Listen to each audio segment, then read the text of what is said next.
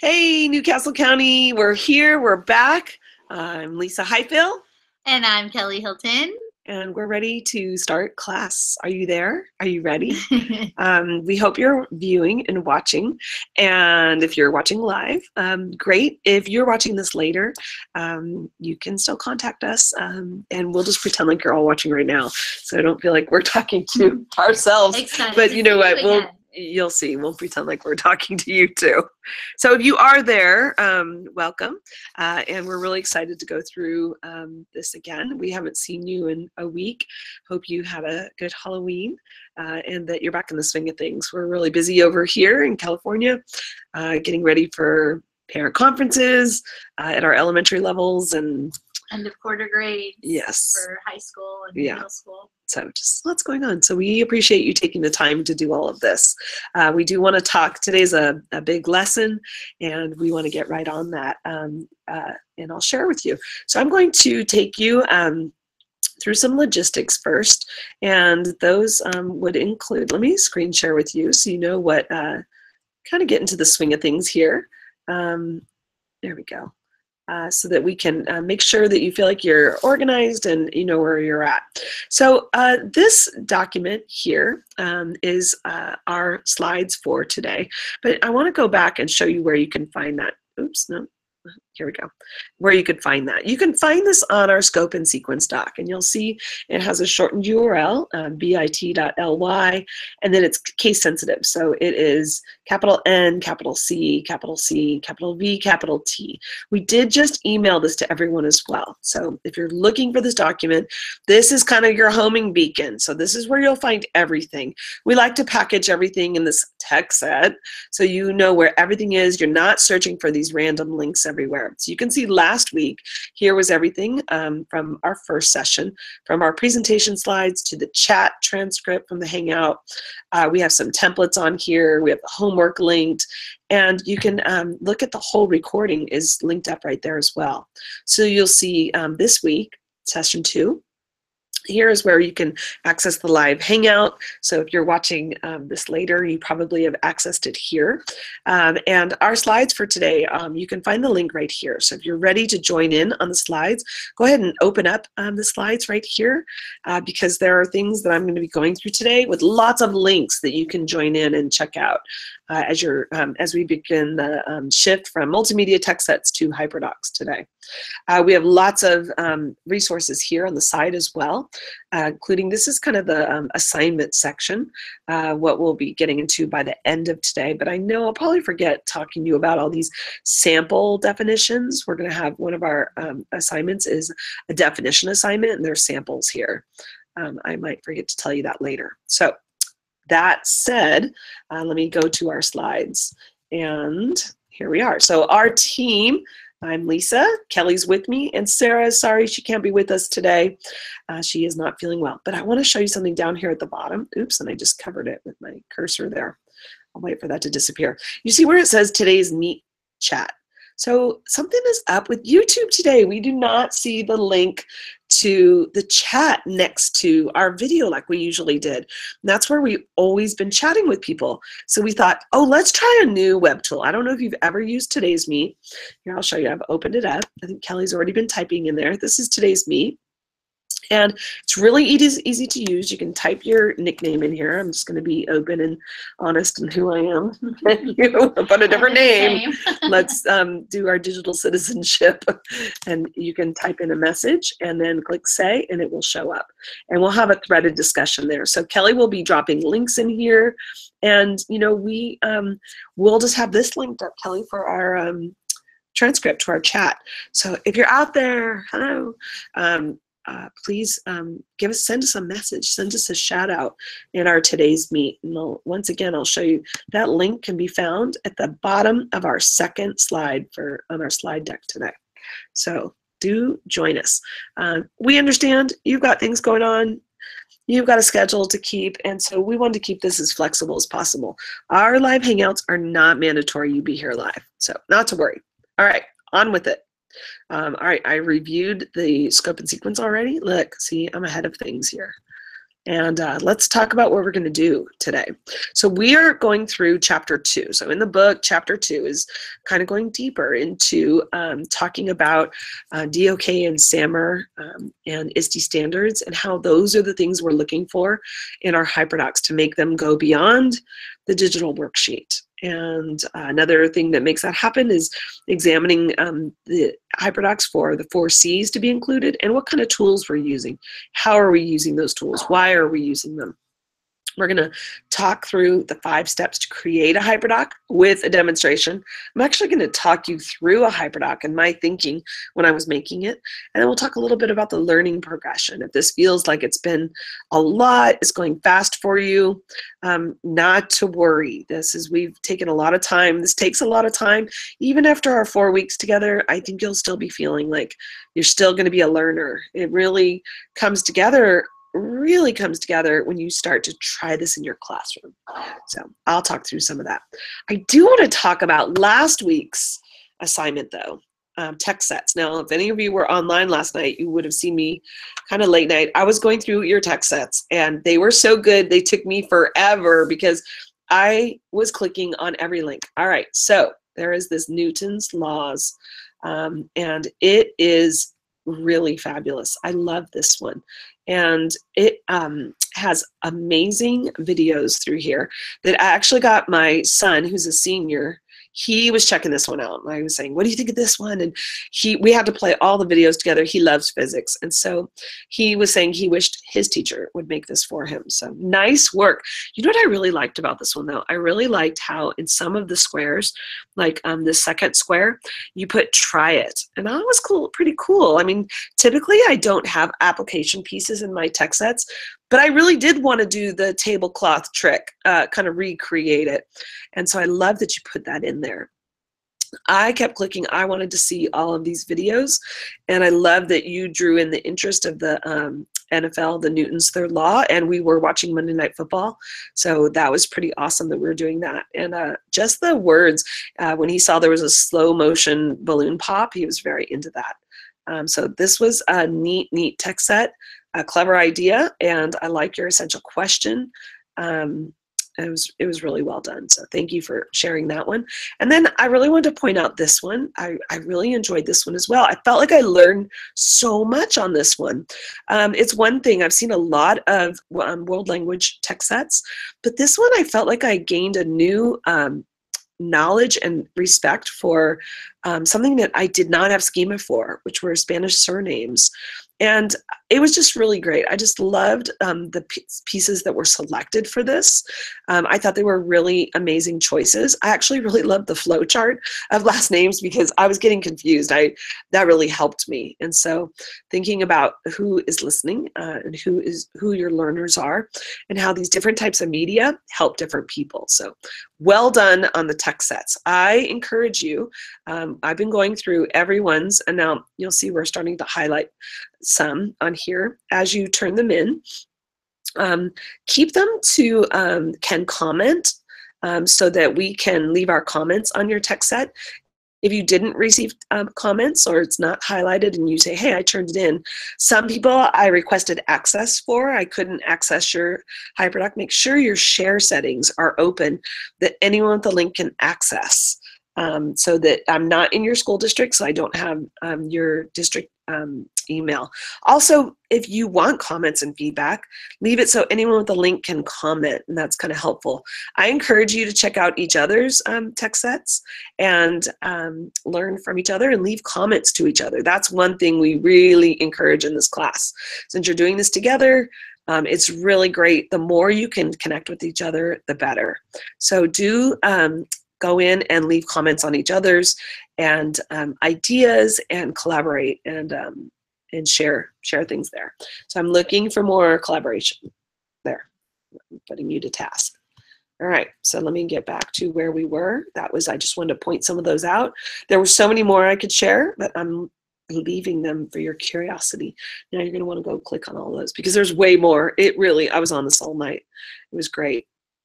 But today, we have work to do because last week was text sets and this week is HyperDocs. So we showed you this, Kelly showed you this last week, and this is a great chart. I'm not going to read all this to you because there's a lot of words on here, but I want you to notice that the marker has moved.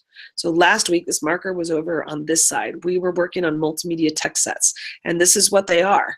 You know, they were a doc with links. They are not a full lesson. Their job is to build background knowledge on a topic, inquiry-based, like offloading your lecture. This week, we are talking about HyperDocs. And I know even we get to the point that we love to start with text sets because it really shifts the way you teach and the way kids experience learning. So we do like to get you going with those. It's kind of eases you into a HyperDoc. But a HyperDoc is actually a digital lesson. It's actually the whole lesson. So from beginning to end, when you think of a lesson, now I'm going to take you back to your credential program days. I know you probably haven't thought about lesson planning since then, or probably hated some of those formal lesson plans. But now, as I've grown older and wiser, I now see why they were making me do that, because they were having me think through thoughtfully why I'm doing what I'm doing in my lesson. And it's all about lesson flow. HyperDocs are. It is packaging our lessons in a way so that we can accomplish things in the classroom that we couldn't do before without tech. I'm going to keep saying that. Like, why would I do this on tech? I could just do this lesson like I've always done it without tech. We'll be watching for some of those things today. I want tech to be a solution, not just a substitution. So I think there's just a catchphrase, but I didn't mean it to sound so catchphrasey. But we wanted to like solve your issues. Just Kelly's putting it in the in the chat. Don't make fun of me on there. I really mean it. I've been saying this a lot. That's why it came out that way, because sometimes people are like, look, I did tech and I made your thing, so leave me alone.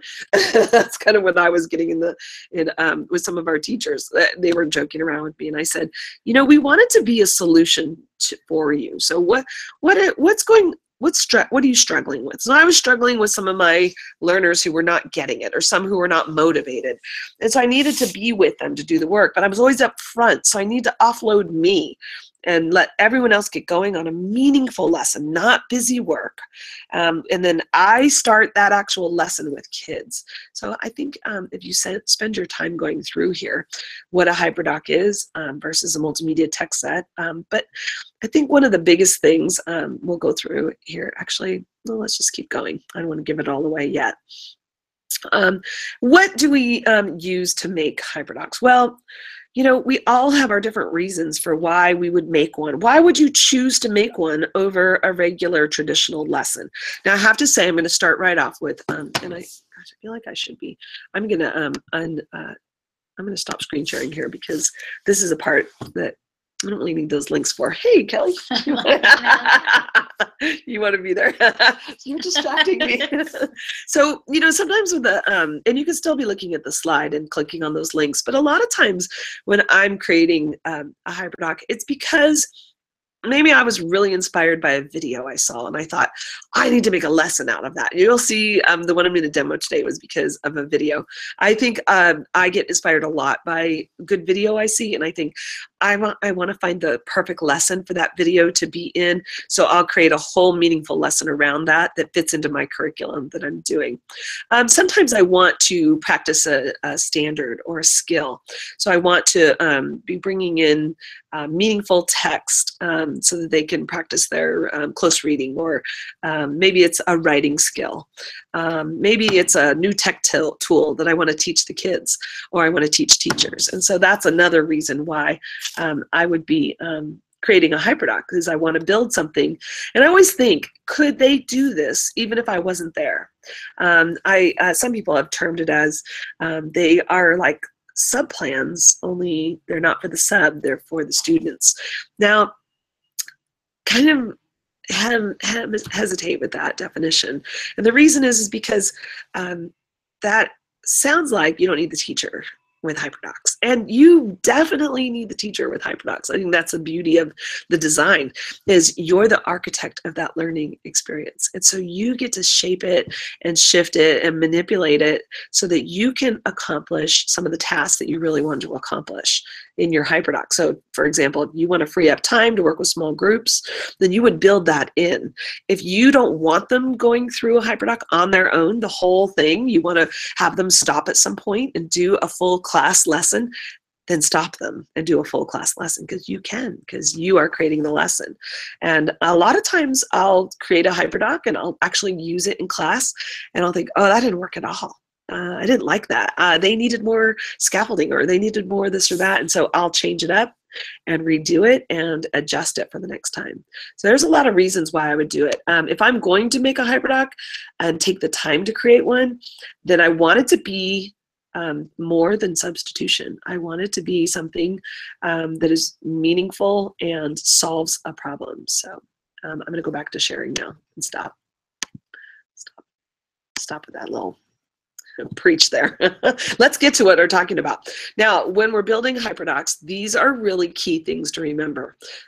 Because you are using technology, then we want to talk about SAMR. And SAMR is, how well are you integrating technology? To what level? And you can kind of check out if you've worked on SAMR in your district.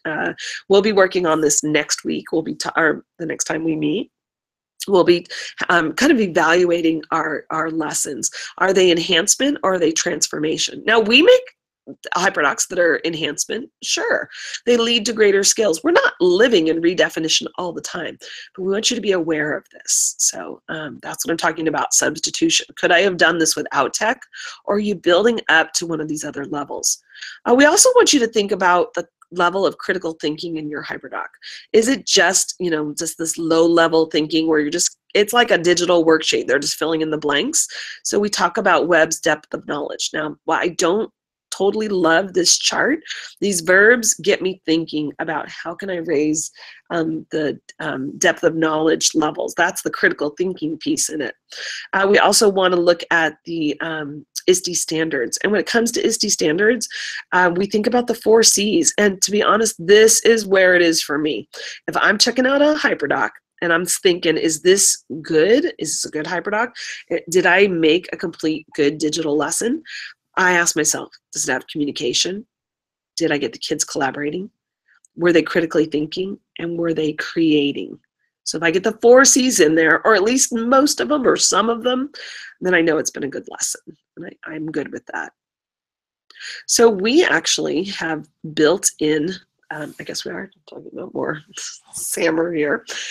We actually have created this document. It's a huge document. That we made a while ago now, looking at this. You can click into it right here. But we actually put a bunch of HyperDocs, all different grade levels, all different topics, and we put it on the SAMR model. So we put some that we thought were substitution here, some that are augmentation, some that are modification, and so on into redefinition. And we kind of put a little description next to them, and you can click on them and check. Now, to be honest, we had a lot of disagreeing on this. We had a lot of debate on this.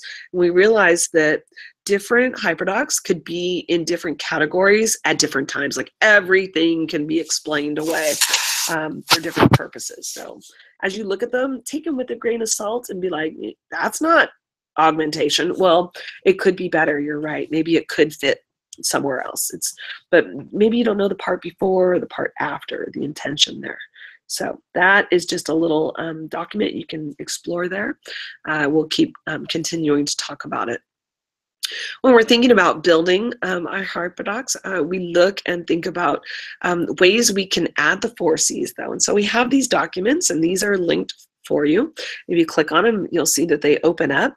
And these are just examples for you to go through. If you don't use some of these tools, or they're not available at your school site, or you don't want to use them, you certainly can make a copy of this and change it out if you want to share it with kids. But we like for you to think about this. How are you getting kids to communicate?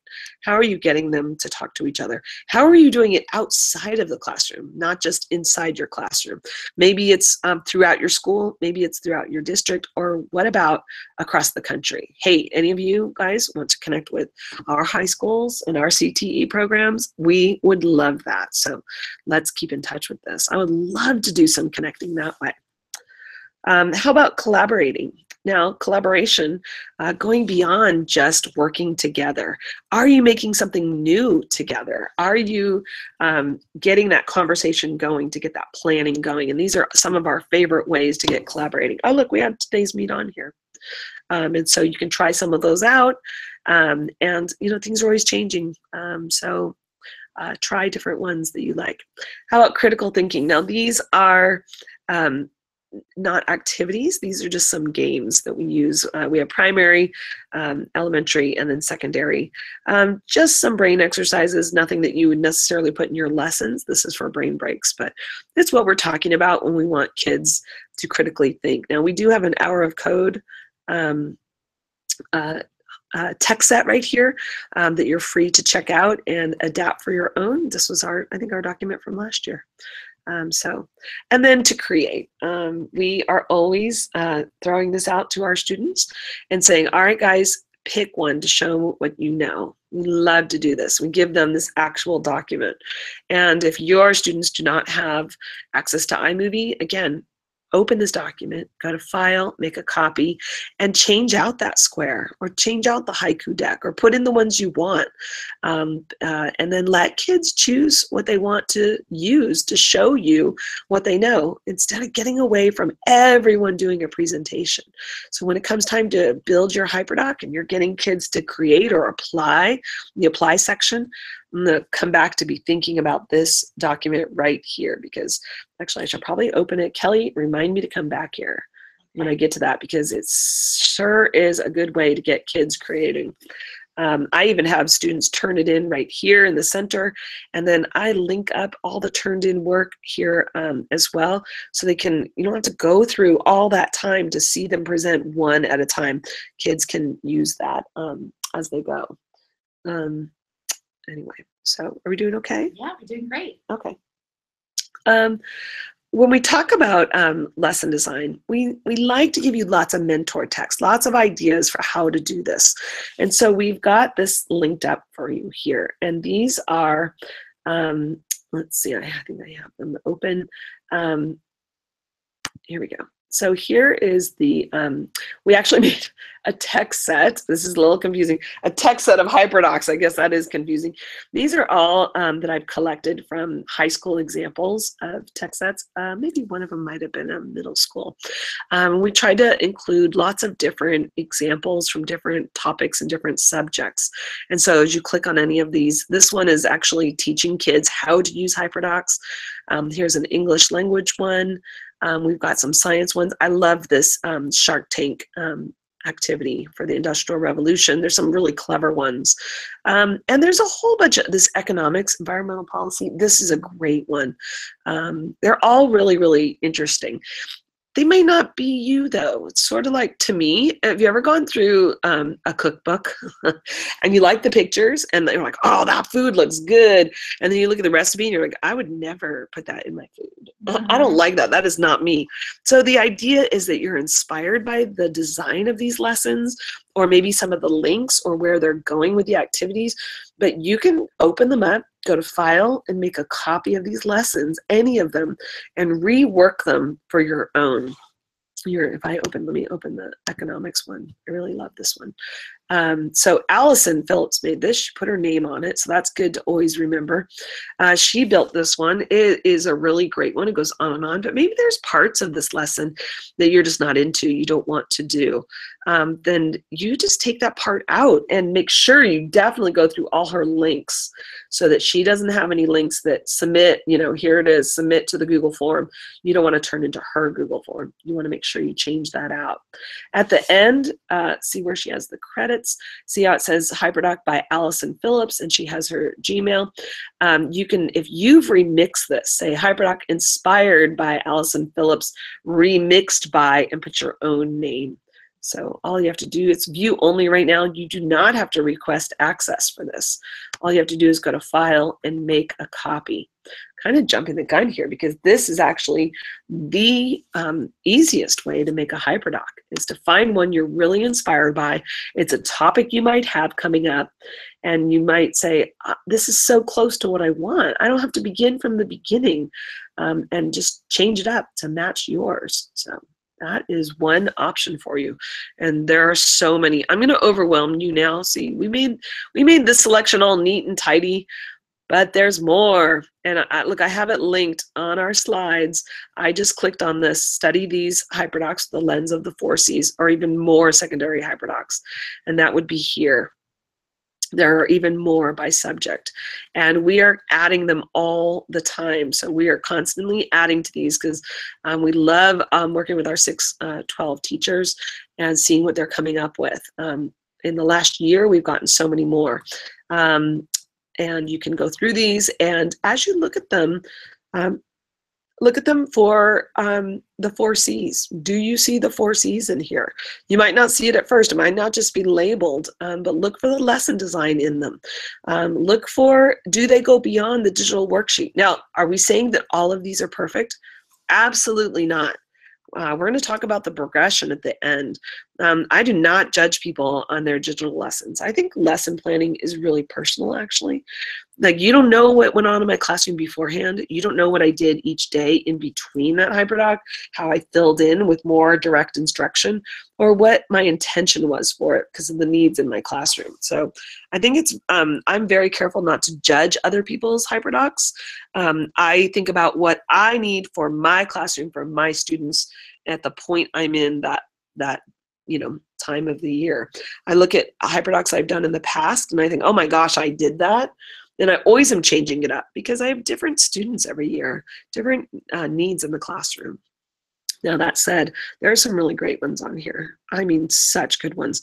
And there are some on here that are overwhelming. They're huge. They're long. And you might think, it's way too much for me. So, oh my gosh, I was looking at this Romeo and Juliet. Look at me, squirrel. This one is amazing. I love that lesson. And we actually got to interview the creator of that one. It's on somewhere on one of our channels, and she's so creative. Yeah, it's really well done. She did it all. Look, she used a template, and it just looks really nice. Very clean, and so you might be inspired by this. But look at the slide you just passed up there, number 5. I remember thinking this was really clever. Simple way. What do you think they would be saying to each other? So kids put in the dialogue. Yeah. Just really a visual. I wonder if they had to do it in Shakespearean language. Would that be great? And she has a link to that. There's her text set to explore more about the play. Really neat way to see how she used the text set in her actual lesson. So as we go through here, boy, this sure does exemplify a really big unit. Romeo and Juliet is a big undertaking. So I think she did it very well. Well, in that slide you just passed too, look at her talk to her student. The one that says, slide 12, it says, download Swipe Spear onto your iPad. You can thank me later. So just little things to really make it personal for her students. Make a good HyperDoc. Yeah, my students don't have iPads, so I would take them off. Exactly. Yeah. But you're right. I mean, this is, and I don't want to do this. Oh, look, notes as you read. To look at Act 2 notes as you read. This is really nice. I don't want to do this to overwhelm you either.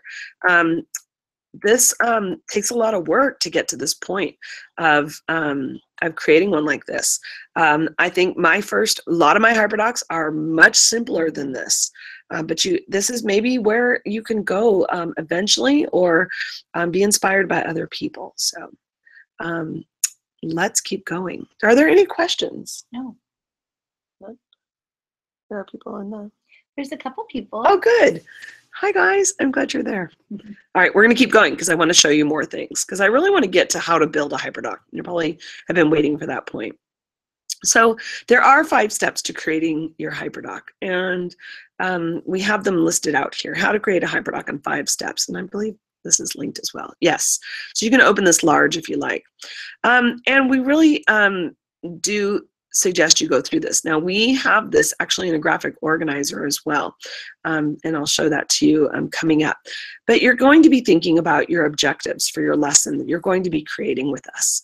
And I really like to get to specific objectives, like why are you doing this lesson? Is it just because it's a standard? I talk to a lot of people when they do writing objectives or grammar objectives or word work objectives. And I say, you know, is it to really teach them the proper use of possessive nouns, plural possessives, or do you want your specific objective is to see this transferring to their writing? And I think that will come in play later. You want to talk about the learning cycle. So are we changing the way we're delivering our lessons? And what I mean by that is I used to deliver lessons where I would explain first, then let kids apply their knowledge, and then I would assess. My learning cycle was explain, apply, assess. Well, with HyperDocs, we've shifted that learning cycle to letting students explore first, then explain, then apply. I'm going to walk you through a lesson to explain that more. I want you to think about packaging. Do you want to package this on a Google Doc? Or maybe you want to do it on slides. The Romeo and Juliet is all on slides, and that really worked for that lesson. So think about that, what works for you. There's all different ways. There's no rules about how to package it. And we have lots of examples of different ways. You can do it on a Google site. You could do it on a Google form even. I've made lessons, HyperDocs on Google Forms. You want to think about your workflow. How are you getting this to students and how are you collecting it back? So one thing, what I always consider when I'm thinking about the packaging, I really start thinking about my workflow. Like I'm really wanting to see that they can apply this to their writing. I know the grading is going to be challenging because you have so many students. So you want to think, are you going to want to package on a slide deck and then read every slide on 150 or 100 slides decks that you're collecting? Or maybe within that slide deck, there's a form where you can just have kids submit their thinking at that point of the lesson. And so it comes to you in a spreadsheet. It's a lot of workflow things to think about. I'll show you how I did it on my lesson. And then design, and that is how can I make this content engaging? Using colors, using graphics, using spacing, just noticing all of our documents. We really think that sometimes looks matter when it comes to a lesson. We tested this out on a lot of high school students that maybe live in my house. We kept saying, all right, son, would you do this lesson or this lesson? And so this is kid tested, and it's good to check out your own students.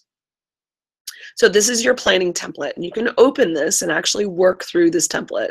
I've done this many times in order to get going and start jotting down your plan for each of these. I'm actually not going to do this as we go today, but typically if I were walking you through this, I would have you, if I was live right now at your school, we would be doing this. You're like, oh, good thing she's not here. But I can't say it enough. You really have to think about your objectives because that matters how you package it, which matters your workflow. It all kind of goes together. So this pre-thought and this pre-planning can help you. All right. Now, there's 3 ways to make these HyperDocs. I actually already told you number 3, which is remix from another HyperDoc, and you would just go file, make a copy.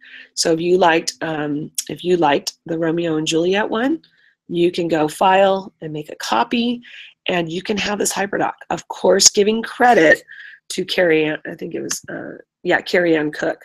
It says designed by Carrie Ann Cook, so you want to leave that. Now, if you remix it, then you can add your name as well. So, but you always give credit to the original author. So that there are so many for you to explore and remix and try them out if you want. Now, you can also do it from scratch. And that is just opening a Google Doc and making a new document. And that can be a little daunting with a slide deck or a Google Doc. Sometimes that can be a little challenging. When you get making these a lot, when you start really creating them, I think you may find yourself going there. I think I tend to remix from some of my favorite designs, so I save myself time. And that's where I skip number 2, because today I'm going to demonstrate from a template where you use a model. We have template models for you to go through. Let's look at where this author, she created one for Genius Hour. She had an idea. She wanted to teach her kids about doing Genius Hour. So she just made a slide deck and went through all the steps that she wanted to do. This is a great HyperDoc, by the way. These are all linked up for you, so you can check it out. So I really loved her lesson. I love the colors. I was actually really inspired by her lesson. And so she made this from scratch. And I think this was a template actually in Google Slides, or Slide Carnival maybe. Slide Carnival. Slide Carnivals. Yeah, I love those colors. So that's from scratch. Now, we're going to really spend time on this one, though, from a template. And here's our template right here in the middle. Now, this template is from our book. It's from our website. And it has the workflow that I just talked to you about, that cycle of learning, where we want kids to explore first. Then we'll explain the lesson. Then we'll apply. Have them apply. And this actually, I'm going to open this one right now for you. I have to say, Kelly, maybe you'll agree or disagree. I don't know. I honestly think that this, I hear a lot from teachers that this is a game changer in the classroom. Just changing out from stopping the explain first. You know, it's that concrete solution. Like, I'm going to stop. I'm not going to give you all the instructions. I'm going to let you explore the concept first.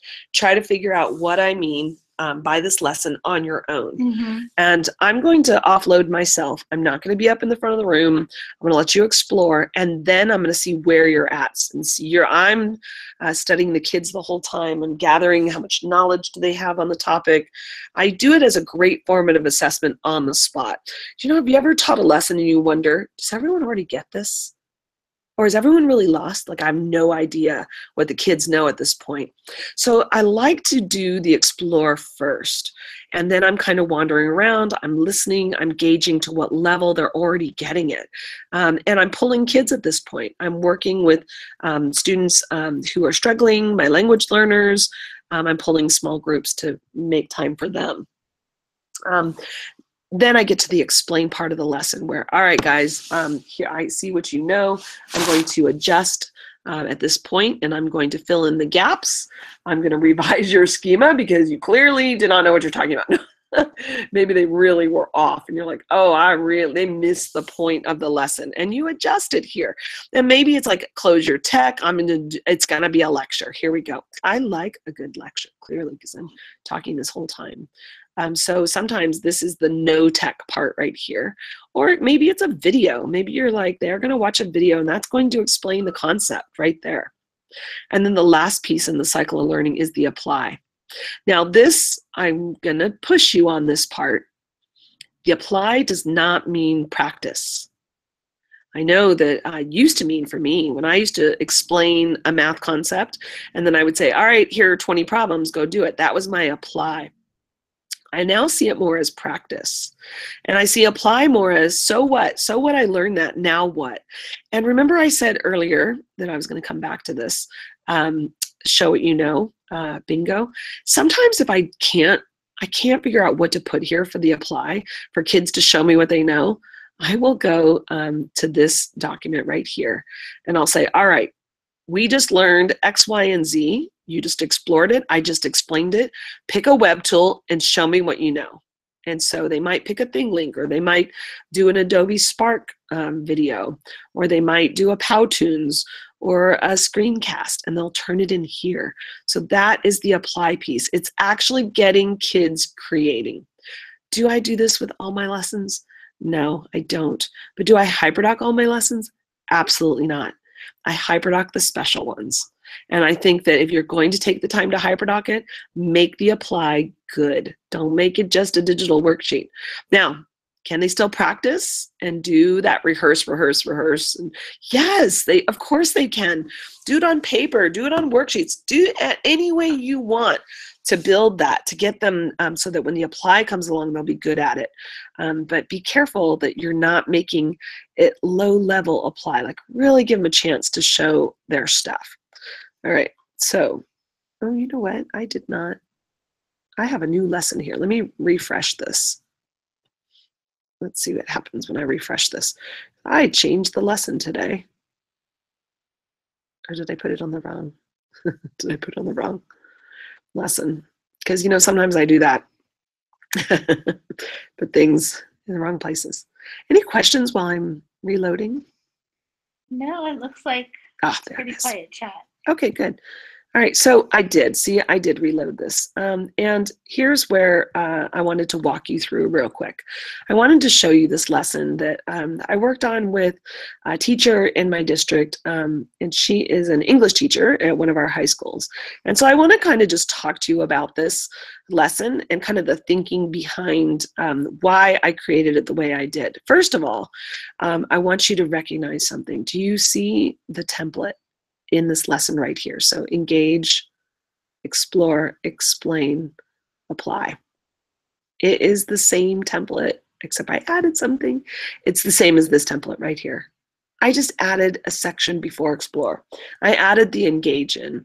And so all I did was I went to this template, I went file and make a copy, okay, on this plain one right here. And then I started changing things up. Oops, here we go. I changed the background color of the document because I don't love the white page. I like to take off some of the glare, and I want kids to open this and go, oh, what are we doing? I changed the colors of this. You see, I'm all about the subliminal. I think that if they want to know the flow of the lesson, it gets gradually darker, guys. You can figure out how to do this. And so that I just a thing I was trying out. Does color affect them? I included some word art here. What do you desire? And that goes along with my engage piece. And so that's kind of like the design of this. I have a few images. I tried to cut down my text as much as possible, although I have to admit this HyperDoc is kind of text heavy. So, you know, take it for what it is. Some of them are, some of them aren't. But I just use the template for this model. Now, let's talk about it though. The engage portion. What do you desire? This is a fabulous video by Alan Watts. And I'm not going to play it for you right now. But when I saw this, I kept thinking, boy, I wish that my son could hear this video, because he's trying to make these decisions about what he wants to do in his life. And I sure think this video questions that and gets kids thinking. And so as I watched that video, it was so powerful. And it kept reminding me of all these other pieces that I felt were really related to it. And so I wanted kids to listen to it. We actually listened to this all together as a whole class. So as you click on it, it opens up the video, and we would do this together as a class. Now, I like to link it here as well for the students, because I certainly want them to go back and watch the video again. I don't want the videos to be my little secret, hidden, kept away from them. I want them to be able to go back and show it, watch it over and over again, maybe talk to their parents about it. I know that would be a miracle, right? Kid never tells me what happens at school. But on this, I said, here's what you're going to do, and here's your task. I wanted the kids, after they watched it, I said, okay, what parts really stood out to you? What were your favorite parts? What were really meaningful? Only they all said, oh, it went so fast, I couldn't keep up, you know. And so I said, I want you to explore the text. And so look, I made a copy. I have them make a copy of this. This is their task.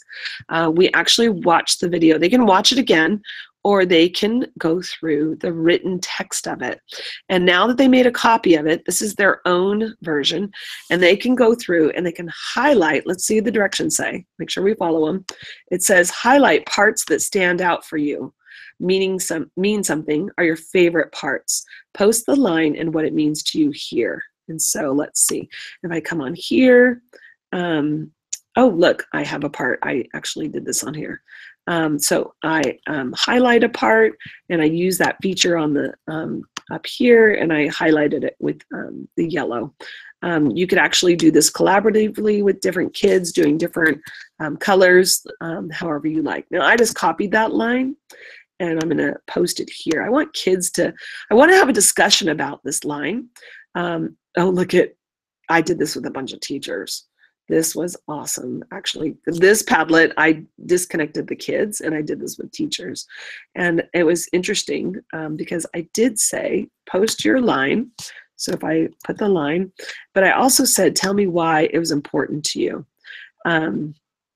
I believe this is important, and then ... and then you can just click away. You know, I could have written more. But I want all of the kids to have a discussion about powerful lines in this.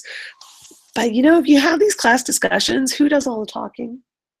Like the same 5 people. And those who, everyone wants to say something, but they don't necessarily want to say it out loud in class. This is a really safe place to have this conversation. Now, I left this anonymous, and I do that on purpose. I do say to kids, they really have to do digital citizenship. I know this person did a lovely picture there, but that's how they were. Wouldn't that be cool, though? Like images that reflect your meaning on it. So you know, there's different ways to teach from this then. So once you've done that, this can be a really great discussion piece. And I highly encourage you, if you're going to add these pieces in your HyperDoc, then make sure that they are meaningful pieces, that they are not just a to-do task, you know, that you actually do go to the Padlet and get people to have this discussion. Boy, we could have spent a lot of time on that. So let's go on to the next part, the explore part of this. Because when I was doing this, I kept thinking about, this reminded me of the Holstein Manifesto. And I'm not sure if you know the Holstein Manifesto. It's actually linked right here. And this might be, if you click on the image, or you might remember it, I actually have samples linked up for you. Oh, here it is. It's in an article. Let me open it. When I was listening to this, I kept thinking of this. And I had seen this before, like in someone's house. This is your life. Do what you love and do it often. If you don't like something, change it. And so I wanted kids to relate to that. And I started making connections. So I put 2 more samples that related to this video in the explore part. Everyone's free to wear sunscreen. I don't know if you've seen this video. It's really a great one. It's like a graduation speech. And then this is actually the Holstein Manifesto in video format. I also did one more piece. How can we achieve happiness? And I did select a reading from the Common Lit link because I wanted to put in some video pieces to explore, but I wanted to put in some written pieces to explore. So they can choose a level as they go through this. But you know what's really great? I think that people wouldn't just choose. I love giving choice.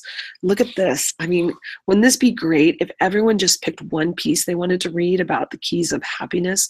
That's kind of the gist of the video, of the Alan Watts video. So I got you curious. You might want to pause now and go back and watch the Alan Watts video.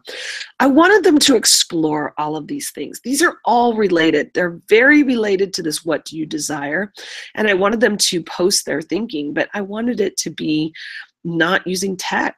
What thinking do these videos and readings inspire in you? Free write your response in your writer's notebook. I wanted this part to be personal. I didn't want it to be collaborative or shared. I wanted kids to do some thinking about what makes them happy. And did everyone ever ask them that? Have they ever thought about that? And as they are thinking about their future, what does this all mean? Well, then I got into the explain part of the lesson. That was the explore. They did this on their own, and they wrote their responses in their writer's notebook. I could have had them do it on paper and grade it. It's up to you if you want to grade the explore. My students have a requirement of working in their writer's notebooks, but I also want them having some privacy with some of the things they say. So can I interject really quick? Because you brought up grading, and that was one question that we had. Like, the question was, do you find that you have more grading or less? So I had already kind of addressed that. It just depends on what you decide to grade. Yeah. But, and I don't know if it came through properly on the today's meet, but the second part to that is if you're leading students to design something like a manifesto like you are, and you see the final product and you grade on that, then you can do that. But if you see a product that you think they could have done a better job at, now all of their thinking is on the HyperDoc, and you can go back and check that. I could go back. You're right. See, down here in the apply, this was their actual task they had to do. I could, if they did a terrible job, they were way off base on their apply piece, I would go back and look at their writer's notebook. And maybe they were really struggling to build meaning with that. You know, they, you know, this is personal. This is bringing up, this HyperDoc actually brings up a lot of feelings for people about what makes them happy and about what their future is going to be like. That's hard. It's actually very scary for some. And so maybe this is a time to be able, oh, this is why I love this Explore. I want to sit with kids. I want to let them ponder it together. And I may slow this HyperDoc down. Have you noticed I haven't put any like days how long this has taken me? Because I'm going to leave that open. I don't want to just run through this to get through it. I mean, just with that Padlet alone, we could have some really powerful discussions. I could get some really powerful writing pieces from all three of these. I could have made a writing assignment with the Common Lit piece if it was time to gather an assessment for that. Now, I don't like to overthink the grading. If the grading is hard for you digitally, then do a Common Lit piece and have them do it on binder paper and turn it in and grade it that way. I think less is more, and I think making it simple for the purposes that you're grading for are really important, and you do what you want with it. So, you know, just going through these Common Lit pieces, you could make them do a little summary writing, or why is this meaningful to you, or how did you choose this article? What were the, you know, you could do whatever you want with just this piece alone. That's fine to assign that piece that you could grade. I just chose to have them do it in their writer's notebook at this point. So we're okay with that. Yes. So coming to the explain part, I knew in my head that I wanted them at the end of this, I wanted them to make their own manifesto, because I really thought that this was really great. This Holstein manifesto, I thought this is a great article. I don't know about your students, but our students come to find out they knew what a manifesto was because I put this up on the board. Huh? Do you recognize this? They're like, oh, I know what that is. That's the Lululemon or Lululemon.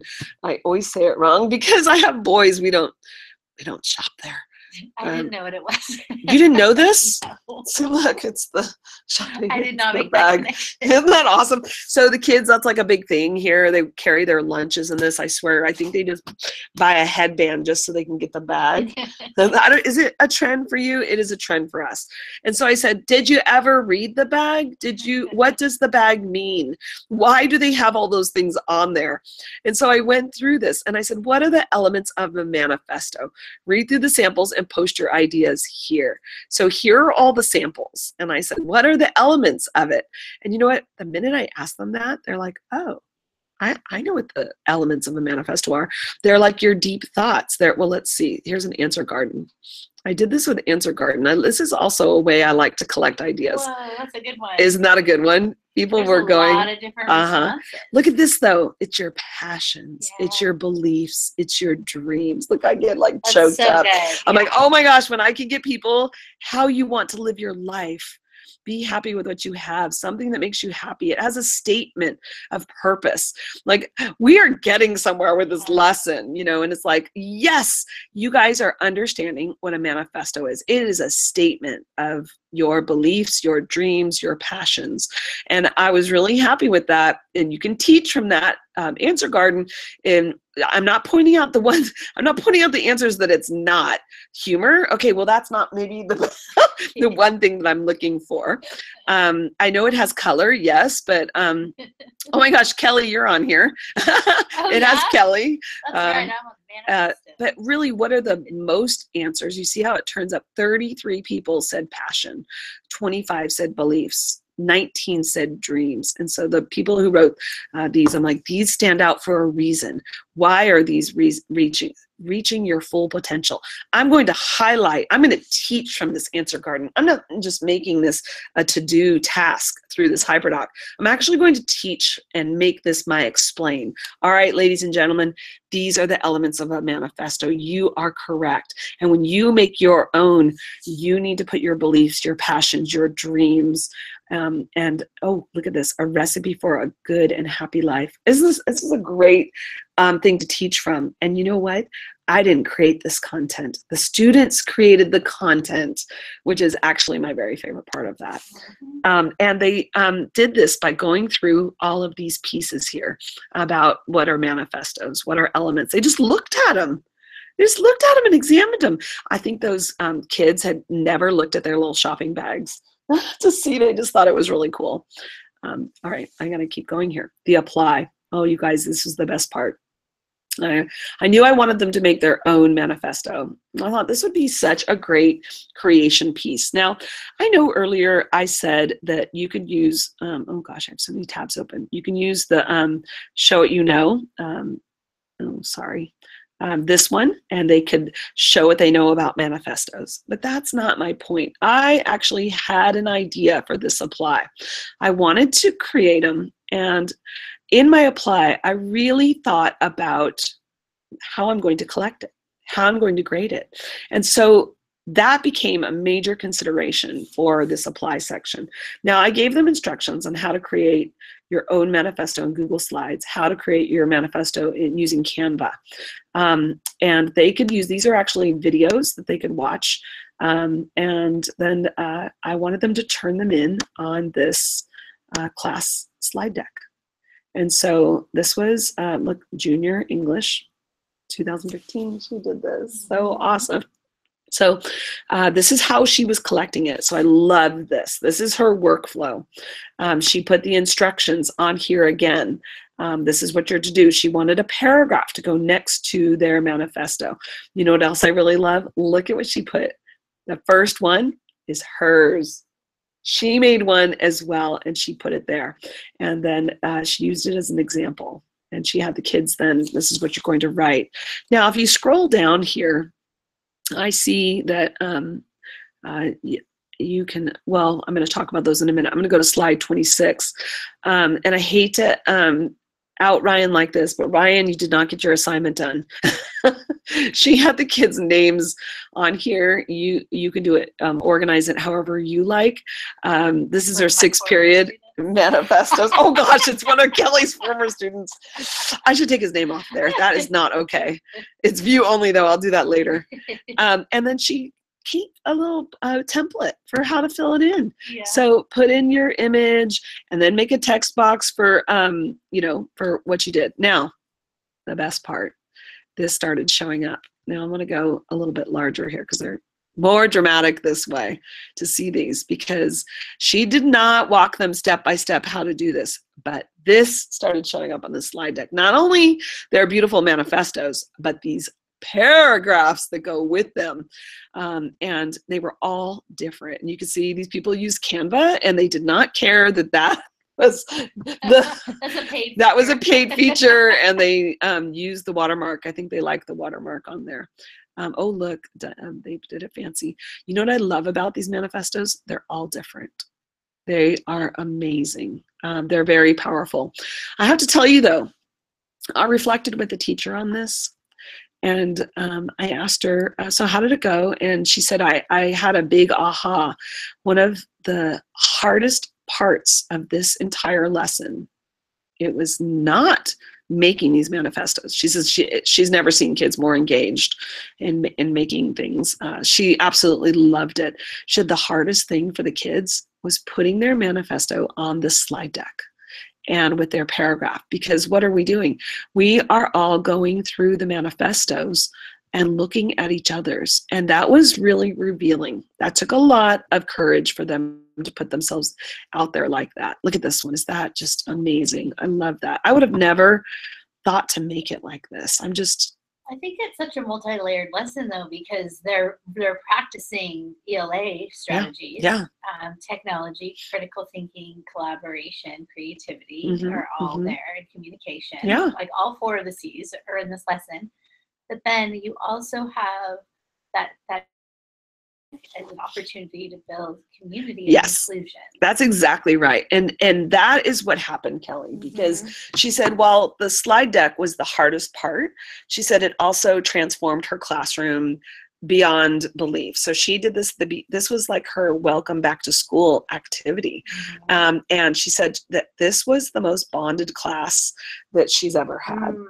And that the rest of the year was absolutely incredible because of this. Now, I've walked you through this HyperDoc, and it was all, I was inspired by this. This was an English class, you know, junior English, and so you can see you know, why we're doing this, and all the flow to that lesson. I want you to be thinking about your content though as you build, and what would you put in this template. And it doesn't have to be rocket science, but you can see I just shared with you a lot of thinking and a lot of back and forth and a lot of decisions about this. Oh, I should have also noted there was a rubric for the manifesto down below that she shared with kids, and I added it there in case you want to do this lesson. Hey, do you want to do this lesson? I want to do it. You can. File, make a copy, and the lesson's yours. Just change out the Padlet, change out the answer garden, and make a new class slide deck. Make a copy and, you know, do it yourself.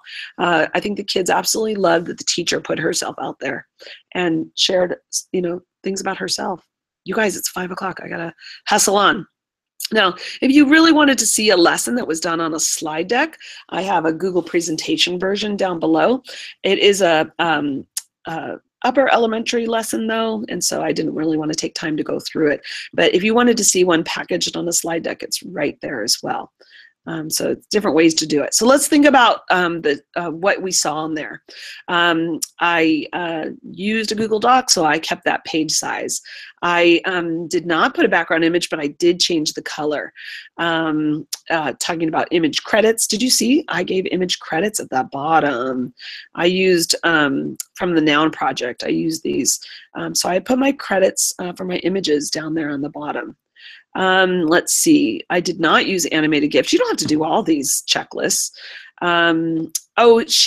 This actually is a checklist if you're using a slide deck. You can use your speaker notes to put in additional information. That's a really good thing. Develop a common language like here or go. Put humor of yourself or icons or timers or different things that you want to do to organize your HyperDoc as you build it. Are there any questions as we go through, or ahas? No, it's pretty quiet on the chat. Okay, this was a lot to take in. This was a great lesson though, and I think there's a lot of layers to it, but I think that's why you really choose carefully before you design. Yeah, and I hope you can see why I chose to make this. Well, when you watch that video, I'm telling you, you're going to see like, oh, that's a good video. I could see why I would want to, I was inspired by that. But I did want to get the standards in here. I wanted them to do critical thinking. I wanted them creating. Like today, I had a conversation with a teacher about how to help one of her learners who's having difficulty writing in ELA.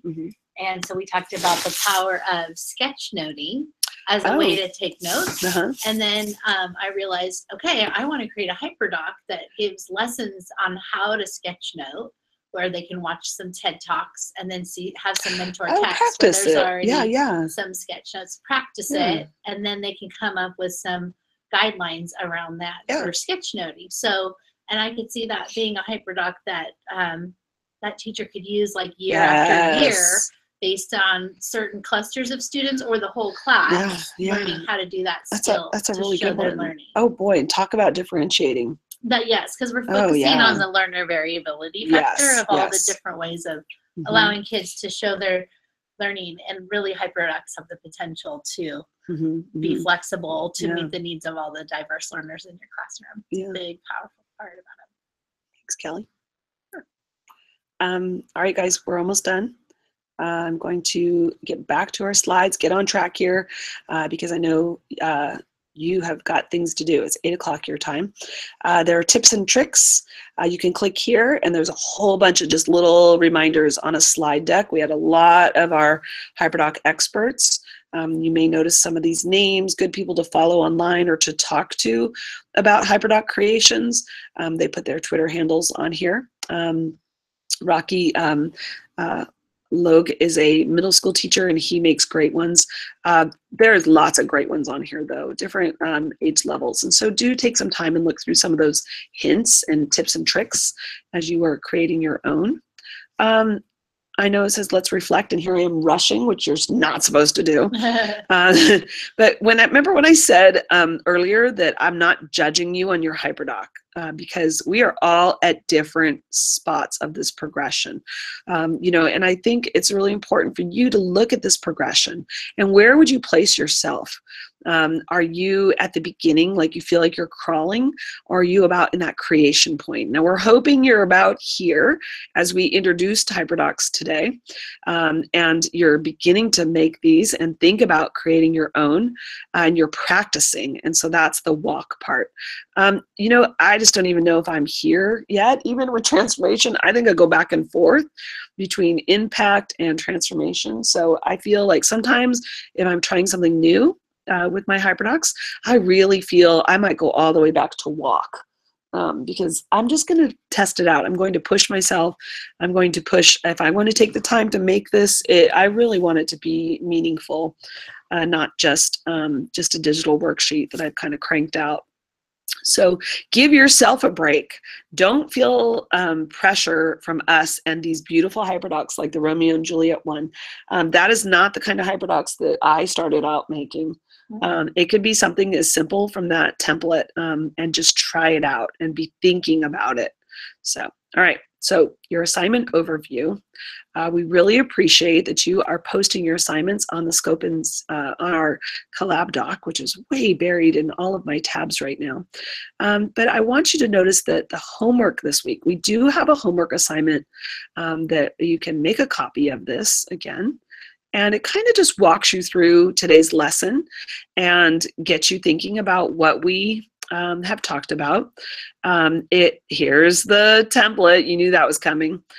This is the where you can actually jot your planning notes in here, because once you made a copy, now you can edit.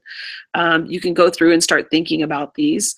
These are the different cycles of learning that we have. And if you don't want to do Explore, Explain, Apply, check out the other ones. If you're a science teacher, there's a 5Es model. If you do workshop model, check out the Readers Writers Workshop template. And then we have the HyperDoc model, which is even longer. It's a longer version. Includes extensions and sharing in there. There are packaging tips here. Thinking about your packaging and workflow. We also have on here design school tutorials. So some of those things like adding images or changing the background color and those things, we have some challenges and we have some videos for you on those challenges. I hope those are on there. We have that sample HyperDocs here that you could go through, and you can click on any of these. Actually, this is an image. I think this will take you to it right here. Yeah, that takes you to it. And you can check those out. And then here's our tools to create. I think these are all, these are all linked up here, and describe how you might use one of these tools. Be thinking about those. And down here is the real activity, though, that we'd love for you to do. To demonstrate mastery of HyperDocs, you're going to create a definition project.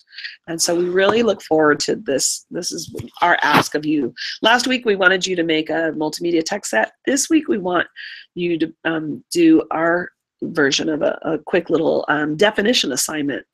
This is something that would be great that you can model after in your own classroom if you're doing definitions or vocabulary in your classroom. So we want you to create an artifact to showcase your definition of HyperDocs. So how do you interpret it? How would you tell a colleague about these? How would you describe them to someone? Well, we want you to pick a tool from our Show What You Know bingo, or from our Pinterest board, or you can choose a tool of your own choice. We just want you to make one of those and then share your creation on your collaboration doc. Oops, is this the collaboration doc. We'll have to double check that and make sure that it is on our Padlet. We have a whole bunch of them. Now, when you go to the Padlet, you can just go ahead and insert your document there. Now, we have a lot of samples on here. It's been changed. Let me try to find my tab. This is going to be hilarious. Oh, here we go. I think I'm close. So on our collaboration doc, this week, you'll see we have our definition assignment. So we want you to link your definition assignment here. If it's possible, leave it so we can comment on it. Otherwise, we're going to leave comments here on the doc over on the side. We'll leave comments there. We just sometimes like to do it on your actual document. Sometimes it's not possible, though. If you did like a video or a thing link, we can't leave a comment. Please look at each other's and leave comments. That is going to be really great as well. And then post it also on the Padlet link. And that would be great if you could do that. We look forward to seeing your interpretation of HyperDocs. You also, step 3 is to begin to draft your HyperDoc if you want to get started. You can be thinking about what lesson you want to create. At the very end, we hope you walk away having created one HyperDoc lesson. And so you can begin drafting that now. All right, guys, this is it. You got this. We know you can do this. We're very excited to see what you create so far. We think this is a very, very talented group of people. And I can't wait to see what next week brings. Leave us questions on that doc if you are stuck or you're watching this later and you're really confused about anything. Feel free to leave comments on the document or email us or whatever you really need. No question is too small. Even if you're wondering like how to do something in slides or docs, we will send you solution. Yeah, we'll get back to you because that's we like to personalize this class. We want it to work for you. So feel free to reach out to us. If you're looking for a specific example, maybe we have it in mind and we'll save you some time looking for it. All right, you guys, have a great week and we will see you next time. Bye. Bye.